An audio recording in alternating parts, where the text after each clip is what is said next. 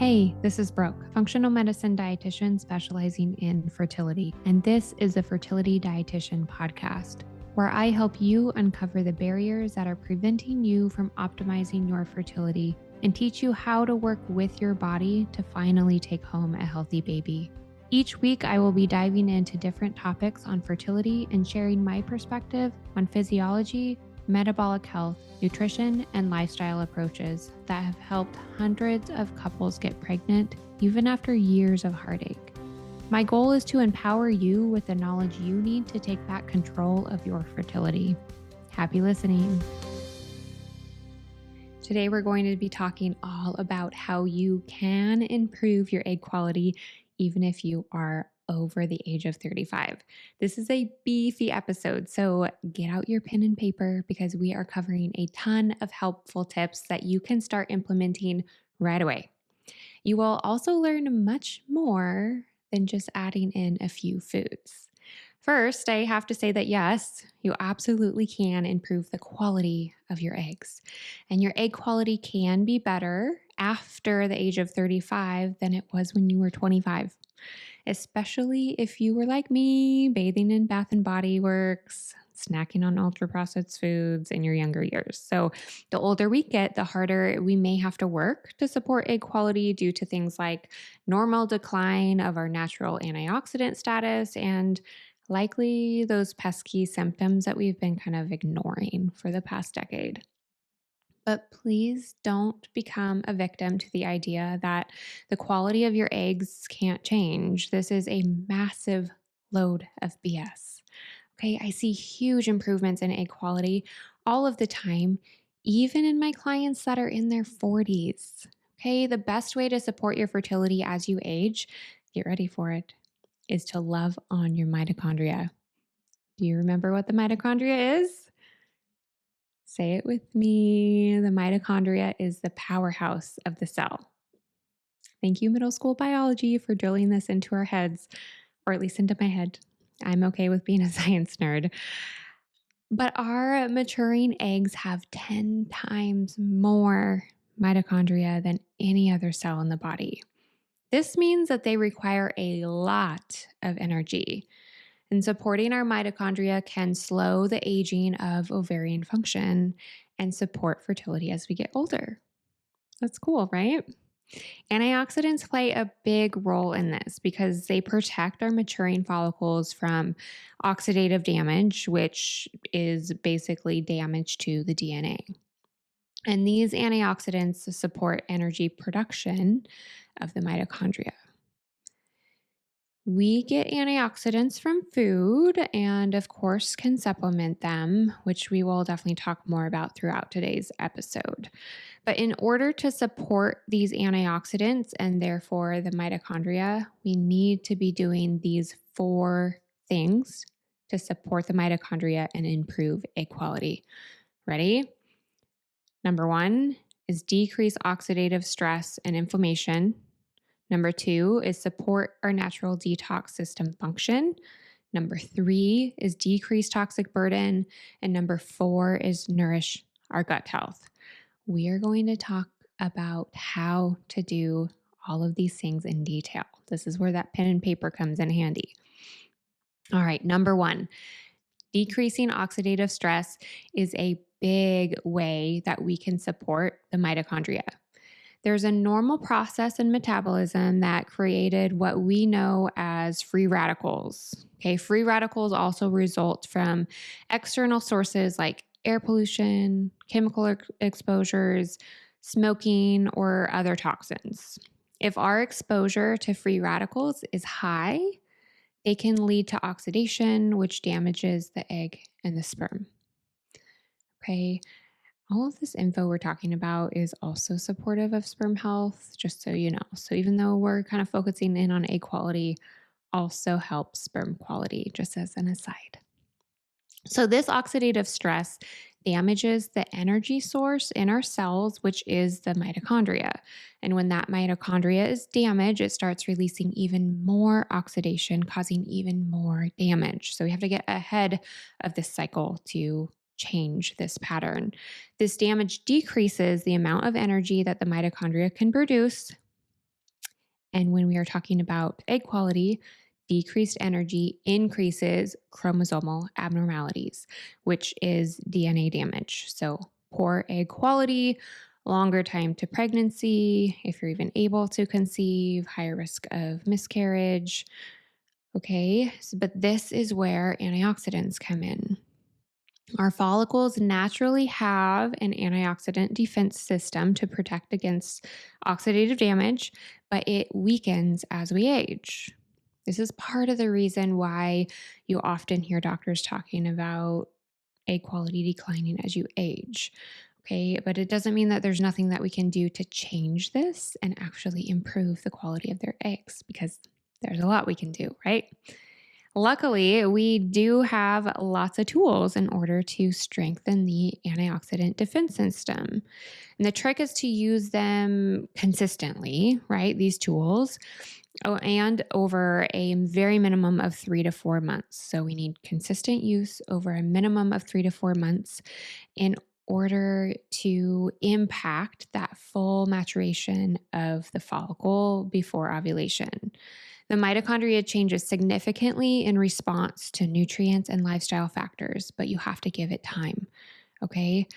So go back to episode 1 of season 1 for more info on this time period, which is called the preconception time period, if you're interested. All right. So how can we utilize antioxidants since our own defense system decreases as we grow older and wiser? Get that pen ready. Here are 3 tips to decrease that oxidative stress and strengthen that antioxidant system. The first is to increase omega-3 fatty acids from fish. This is also something that you can get from whole eggs and full fat dairy. And nutrients and antioxidants like vitamin E, zinc, and selenium that come from foods like ground flaxseed, pumpkin seeds, sesame seeds, and sunflower seeds. Tip number 2 is to add more color with vibrant produce. Think beets, artichokes, citrus, berries, and dark green vegetables. And 3, improve your sleep by getting at least 8 to 9 hours of good quality sleep a night. So, this is specific to females. We do need more sleep than males do because of our complex cycles. We take more rest and repair time to support rest and repair of our cells, which includes that mitochondria as well. So ultimately, we have to look at the whole body rather than isolate the reproductive system in order to have the biggest impact. If resources are being shuttled elsewhere, egg quality will struggle. So if you're doing these things to decrease oxidative stress and getting those antioxidants in, but they're being used up elsewhere, egg quality is still going to struggle. And this brings me to the second way that we can support our mitochondria for improved egg quality, which is supporting our natural detox pathways. Every part of our body's detox system requires nutrients. Our body is set up to eliminate toxins with the help of organs like our liver and our gut and our kidneys, even our lymph system and our sweat glands. But to keep up with the demand of toxic exposure, many of us need to support these organs for a more efficient detox process. Supporting the detox process protects maturing eggs and sperm from damage while supporting overall hormone balance to help create a cushy, nourishing home for an embryo to implant. Okay. So, yes, we are supporting egg quality, but we're also supporting that environment with really these same tools that we're talking about.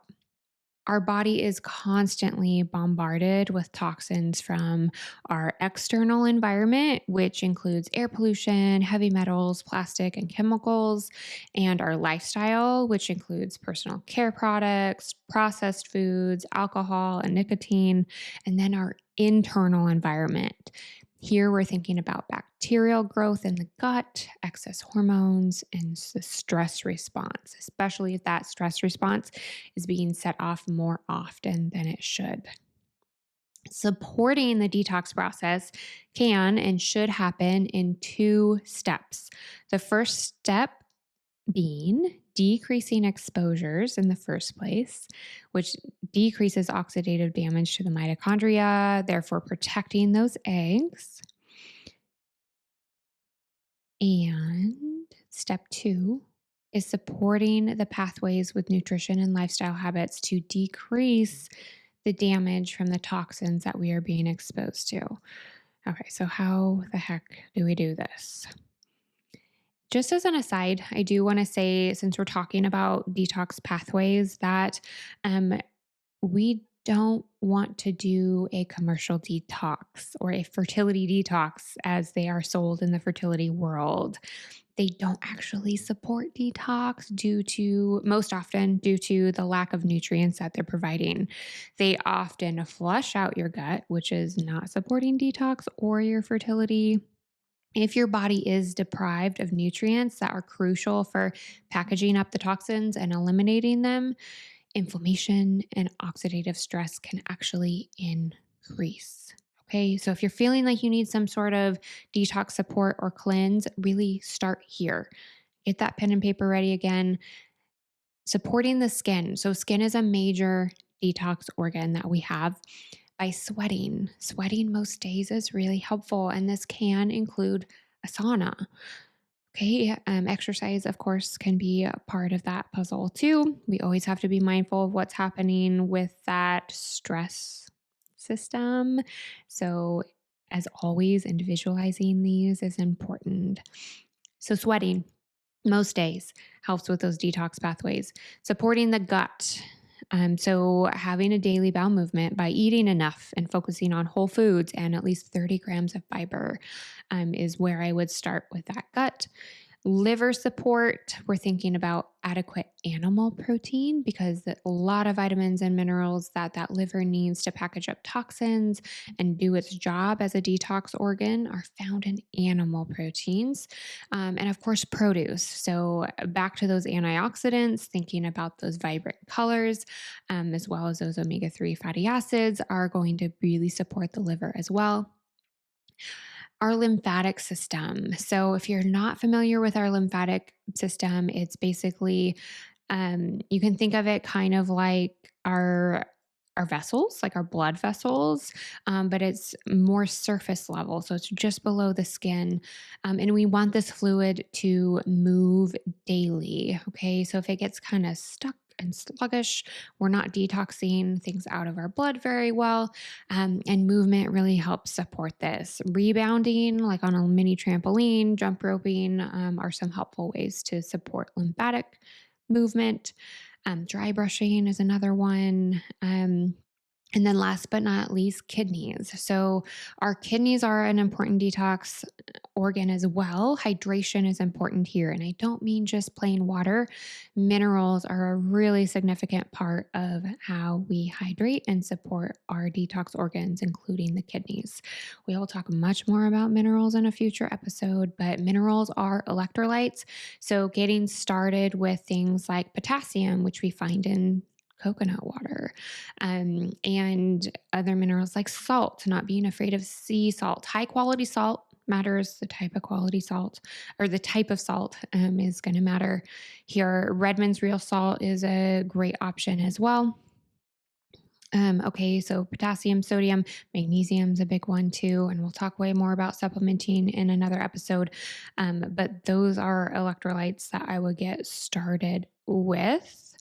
If you're not adding anything right now, oftentimes we need a little boost there. And of course, there's a lot of room for individualization in this area as well, um, which we will continue that conversation around this season too.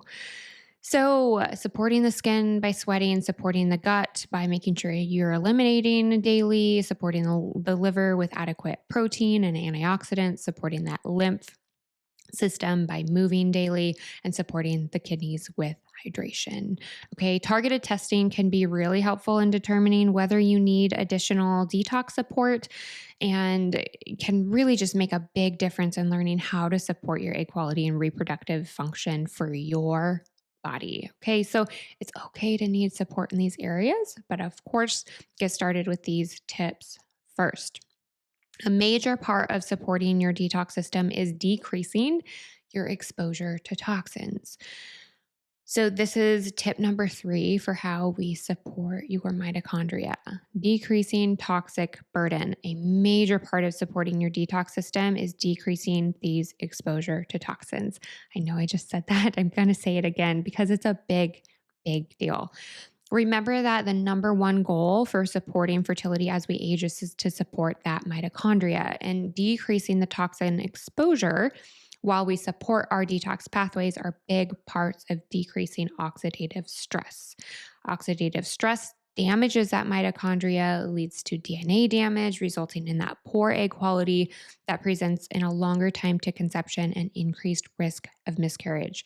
I know I've said that a couple of times, but that is the um, string of events that happens that we're trying to reverse in order to support that egg quality. Um, what you may be wondering what I'm even referring to when I'm talking about toxins. But when I say toxins, I'm referring to chemicals that are in our products that negatively affect our mitochondria and our fertility. We know that these chemicals decrease both egg and sperm quality. And we know that the higher our toxic exposure is, the harder our detox pathways have to work to eliminate the toxins, and the fewer resources, aka nutrients like vitamins and minerals, our body is going to have left to support fertility, especially egg quality.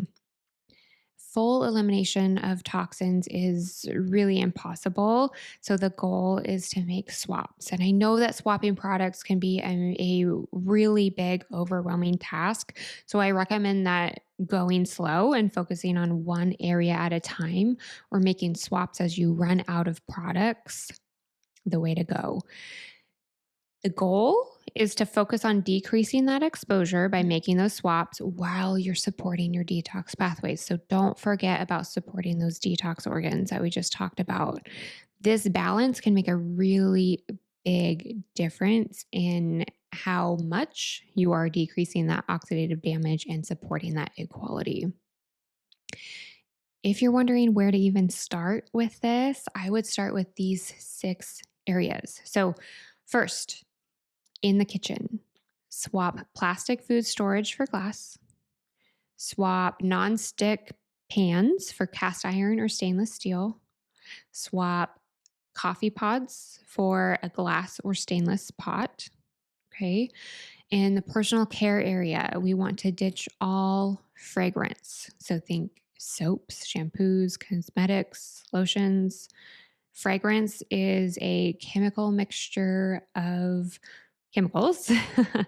So it's synthetic, and companies are allowed to just list it as fragrance. And it's really just a slew of chemicals that are known to be massive hormone disruptors, and definitely increase things like oxidative damage, decrease energy production in that mitochondria, decrease egg quality. So ditch the fragrance.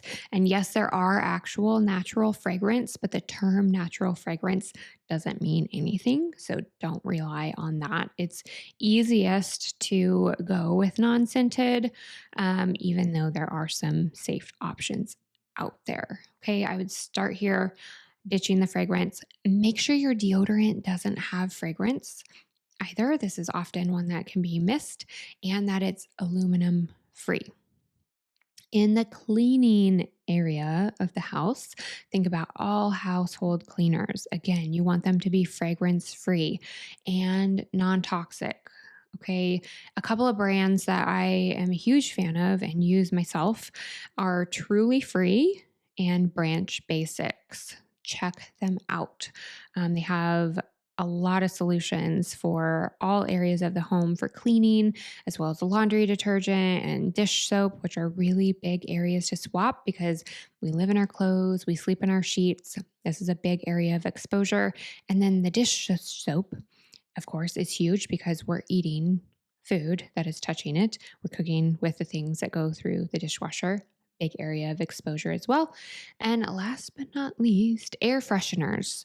Ditch the fragrance again. So, air fresheners, candles, anything like that with artificial fragrance in that, get rid of them.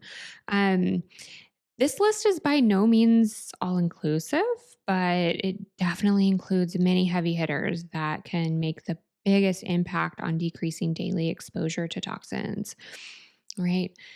So, area number 4 that we want to pay attention to in order to support that mitochondria is the gut. We have to nourish our gut health. Okay. There are a few ways that a happy gut supports mitochondria function. All right. Mitochondria needs nutrients to function. So if we aren't able to digest and absorb nutrients, that mitochondria suffers. Our gut health is important also for healthy thyroid function, and thyroid function is necessary for happy, healthy mitochondria. And as part of our detox system, the gut has to be working very efficiently to support elimination of toxins and excess hormones. If the toxins aren't getting out, they can definitely increase that oxidative stress and damage that mitochondria, therefore decreasing that egg quality. All right.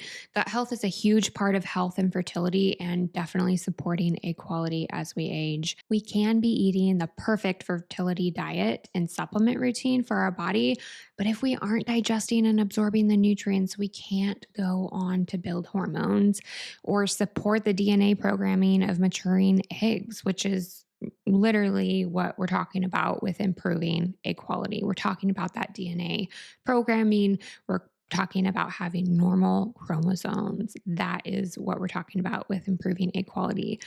And you can't build your stores up either to support that healthy pregnancy. So, gut health is a really big deal when we're talking about getting pregnant, staying pregnant, having that healthy baby. I run gut health tests on almost every single private coaching client that I work with. And every single time we find barriers that are likely contributing to trouble conceiving or carrying to term. So you can trial probiotics or experiment with elimination diets, but that's probably only going to help you a little bit in the short term, and it definitely won't fix an underlying imbalance. All right. So testing is really, really helpful, but you can start with these tips right away to support your gut. Ready?